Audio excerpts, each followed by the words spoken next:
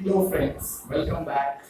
जैसा कि आपने बोर्ड पर देख ही लिया है, ये वीडियो है हमारा इयत्ता 7वीं प्रार्थना, जिसे लिखा है जगदीश खेबुड़कर जी। ये बहुत ही प्रसिद्ध मराठी साहित्यकार हैं।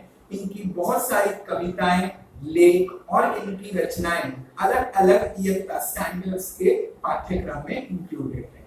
हमें भी एक सौभाग्य मिला है कि हम इनके द्वारा लिखी गई एक छोटी सी प्रार्थना जो हर एक विद्यार्थी को करनी चाहिए, भले चाहे वो किसी भी स्कूल में पढ़ता हो, फिर वो सरकारी स्कूल में पढ़ता हो कि गैर सरकारी स्कूल में पढ़ता हो, लेकिन करनी चाहिए। फाइन, आइए पहले इस प्रार्थना को मैं पढ़ लेता हूं और फिर मैं आपको समझाता हूं। प्रार्थना। नमस्कार माझा या ज्ञान मंदिरा, सत्यम शिवम सुंदरा, शब्द रूप शक्ति दे, भाव रूप भक्ति दे, प्रगतीचे पंख दे, चिमण पाखरा, विद्याधन दे आमास, एक छंद एक ध्यास, नावली पैल करी दया सागरा, हो आमी नीतिमंत कला गुणी, बुद्धिमंत कीर्तीचा कळश जाय उंच अंबरा, नमस्कार माझा या ज्ञान मंदिरा, सत्यम शिवम सुंदरा। अब जगदीश खेबुड़कर जी ने इस कविता के माध्यम से हम सभी को हमारी स्कूल यानी कि हमारी पाठशाला का पूर्णतः सम्मान करने को कहा है। आप एक बार के लिए कोई मंदिर या कोई देवालय, शिवालय या किसी भी प्रकार का देरासर, गिरजाघर नहीं जाओगे, चलेगा, बट जिस स्कूल में आप पढ़ते हो उसको इतनी अच्छी तरीके से आप रखो सहेज कर, भगवान अपने आप खुश हो जाएंगे। इसीलिए कहा है नमस्कार माझा या ज्ञान मंदिरा। माँ सरस्वती का मंदिर है हमारी पाठशाला, हमारी स्कूल, और वो कैसा है? तो सत्यम शिवम सुंदर। सत्यम मतलब ट्रुथ, शिवम मतलब कल्याण, शिव का मतलब होता है कल्याण, और सुंदरा, सुंदरा मतलब जो बच्चे पढ़ रहे हैं ना बेटा, उनसे सौभाग्यशाली और कोई नहीं होता।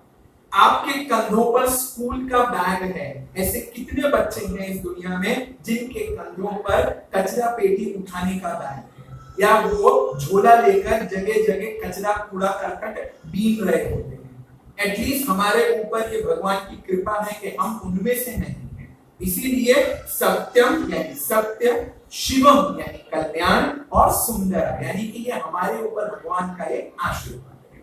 शब्द रूपी शक्ति दे, भाव रूप भक्ति दे, प्रगति चे पंख दे, चिमण पाखरा। शब्द रूप शक्ति दे। शब्द रूप शक्ति का मतलब जब हम पहली बार स्कूल में जाते हैं, टीचर्स हमें उच्चारण सिखाते हैं, प्रोनाउंसिएशन सिखाते हैं, ए बी सी, इस तरीके से। जब हम लोग पहली बार मराठी सीखते हैं तो हमें स्वर सिखाया जाता है, हिंदी सीखते हैं तो स्वर सिखाया जाता है, यानी कि शब्द।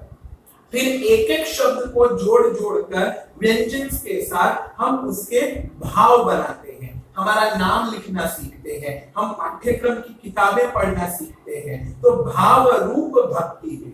भाव कैसा होना चाहिए? भाव का मतलब होता है फीलिंग। आपको अपनी स्कूल को लेकर कभी भी ना एक घिन भावना नहीं आनी चाहिए या हीन भावना नहीं होनी चाहिए कि अरे ऐसी स्कूल में क्या पढ़ने का, स्कूल तो वो हो गया, अरे आलिशान स्कूल है। गलत। स्कूल स्कूल होता है क्योंकि वो ज्ञान का मंदिर है।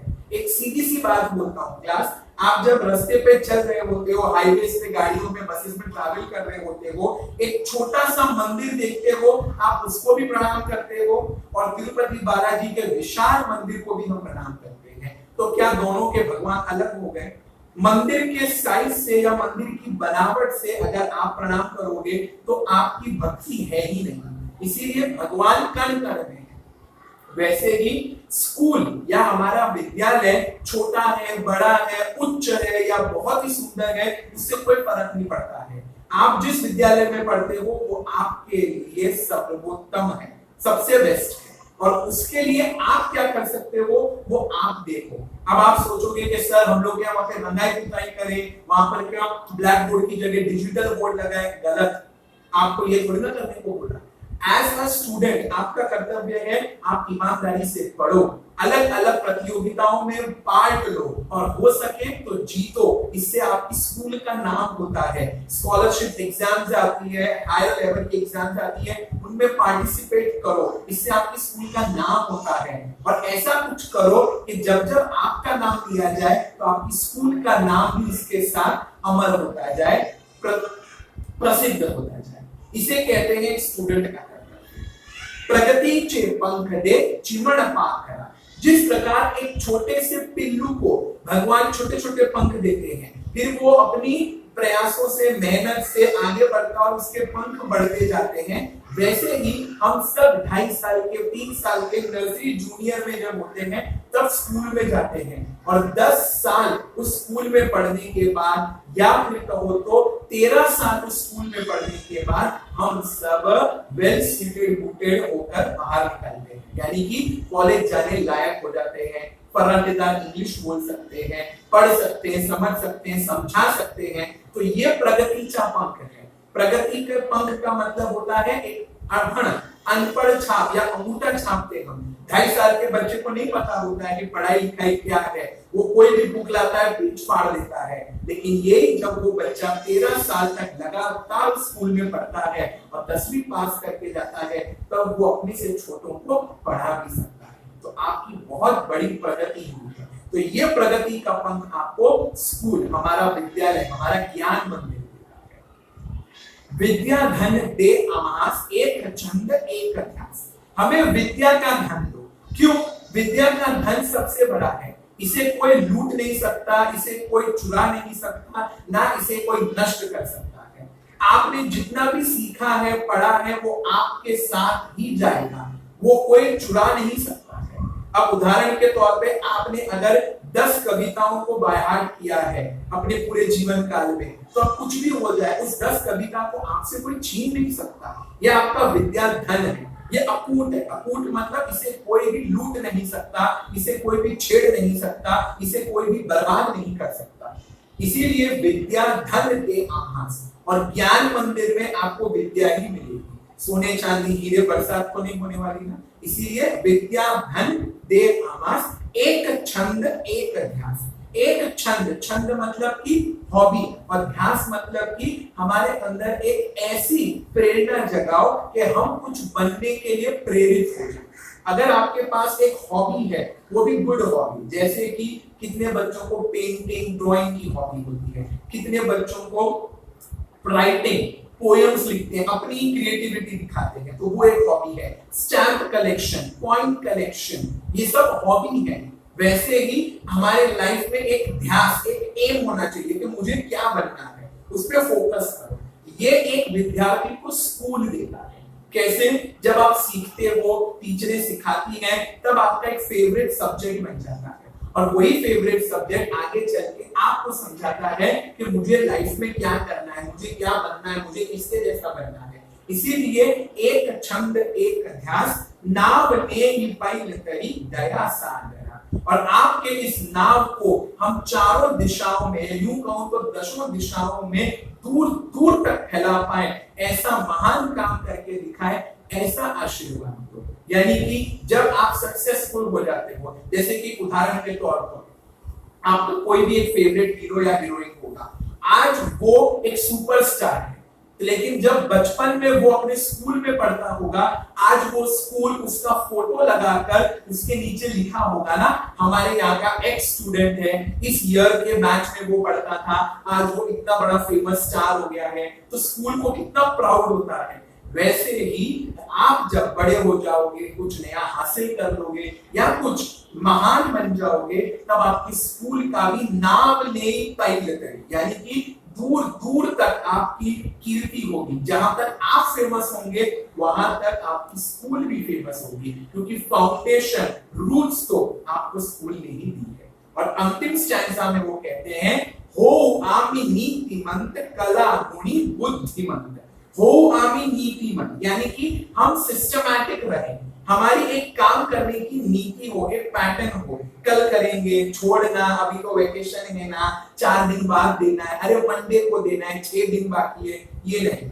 जब जब जो जो काम दिया है हम उसे समय पर पूरा करेंगे और जो अतिरिक्त समय बचा है उसमें हम रिवीजन करेंगे। कुछ नहीं है तो अपनी हॉबी को आगे ले जाएंगे, लेकिन टाल मटोल नहीं करेंगे। तो होम आमी नीति मंत्र, कला गुणी बुद्धि मंत्र। कला गुणी का मतलब होता है स्कूल में art, craft, dance, annual day, sports day, elocution competition, debate competition क्यों होते हैं? ताकि आपके अंदर की जो कला है, आपके अंदर का जो आर्ट है, जो टैलेंट है, उसे बाहर निकाला जा सके। इसीलिए उन सब में पार्ट लेना जरूरी है। ये नहीं मेरे से नहीं होएगा, मेरे को शर्म आती है, कौन बोलेगा, ये तो हर कोई करने लगेगा। तो क्या इस तरीके से कभी आगे बढ़ पाओगे आप? बिल्कुल नहीं। इसीलिए अपनी शर्म को छोड़कर, अपने अंदर के स्टेज फियर, हिचक को छोड़कर उसमें पार्ट लेना जरूरी है। जीते नहीं जीते वो सब बाद में, पार्ट लेना जरूरी है। और इसके आगे वो लिखते हैं बुद्धिमान। क्यों बुद्धिमान? क्योंकि जब जब आप पार्ट लोगे आपके अंदर से वो सारी बुराइयां, वो सारी अज्ञानता निकलती जाएगी और आपको समझ में आएगा, अरे पिछली बार मैंने ये मिस्टेक की थी, अरे इस बार मुझे ये स्टेप अच्छे से करना है, ये वर्ड मुझे प्रॉपर्ली बोलना पड़ेगा। तो इससे आपकी बुद्धि का विकास होता है।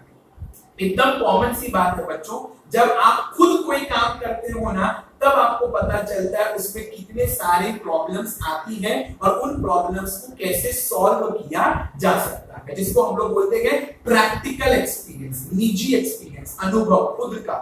इसीलिए वो चीज कब होगी? जब आप पार्टिसिपेट करोगे।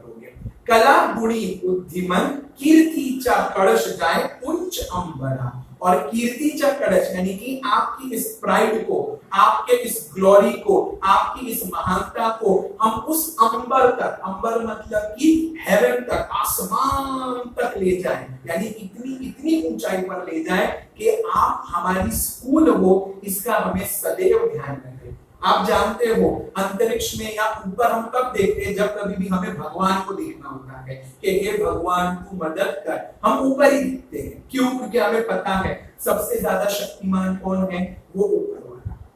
ठीक उसी प्रकार, उसी लेवल पर हमें स्कूल को भी रखना है कि एक बार भगवान की प्रार्थना नहीं की चलेगा, लेकिन हमारे शिक्षकों ने, हमारे गुरुजनों ने हमें जो कुछ गृह कार्य दिया है, होमवर्क दिया है, वो ईमानदारी से हम करके जाएंगे ना, अपने आप सभी ग्रह, नक्षत्र या भगवान हमारे हिसाब से हो जाएंगे। एग्जाम टाइम पे हम और आप सब तिलक लगा के जाते हैं, 25 प्रकार के भगवानों को मना के जाते हैं, भगवान सामान लेना, ये कर लेना, ओपन हाउस देख लेना, रिजल्ट देख लेना, मेरा इंग्लिश का पेपर देख लेना। क्यों भाई? अगर आपने डे 1 से मेहनत की होती तो आपको कुछ बोलने की जरूरत ही नहीं थी ना। हम लोग इंग्लिश में क्या बोलते हैं? God helps those who help themselves। आप ईमानदारी से डे 1 से मेहनत करो, खाली मेहनत, बस आगे आप सब छोड़ दो, भगवान सब देख रहा है। आपकी ईमानदारी, आपकी बेईमानी आपके पास है और उस ऊपर वाले के पास है, उसे सब दिखाई देता है। इसीलिए जगदीश केवुलकर जी ने आपको एक अच्छा और नेक विद्यार्थी बनने की प्रेरणा दी है। और अपनी स्कूल का, आप जिस किसी भी विद्यालय में पढ़ते हो, अपनी जबान से कभी भी उसकी निंदा नहीं करनी, उसकी बुराई नहीं करनी है, किसी भी टीचर के बारे में मजाक नहीं बनाना है, क्योंकि वो गुरु है, वो हमारे लिए शिक्षक है, वो हमसे बड़े हैं, वो हमें माँ सरस्वती के दूत हैं। माँ सरस्वती हम तक नहीं पहुंच पाई, इसीलिए उन्होंने इतने सारे शिक्षकों को बनाया है कि आप जाइए और मेरी शिक्षा का प्रचार प्रसार करिए, मेरे छोटे छोटे बालकों को पढ़ाइए, बालिकाओं को पढ़ाइए। तो उनका सम्मान जरूरी है। और सम्मान क्या है? 25 बार गुड मॉर्निंग, गुड आफ्टरनून बोलना नहीं। टीचर ने जो बोला है वो शब्द बाय शब्द, एक एक शब्द का हम अमल करें, आंखों में उनकी इज्जत रहे, जब भी बात करें, जबान हमारी कम खुले, हम अच्छे शब्दों का प्रयोग करें, उनकी बुराई नहीं करें, पीठ पीछे उन पे हंसे नहीं। अगर आप ये सब करते हो तो अपने आप एक अच्छे विद्यार्थी, ठीक है।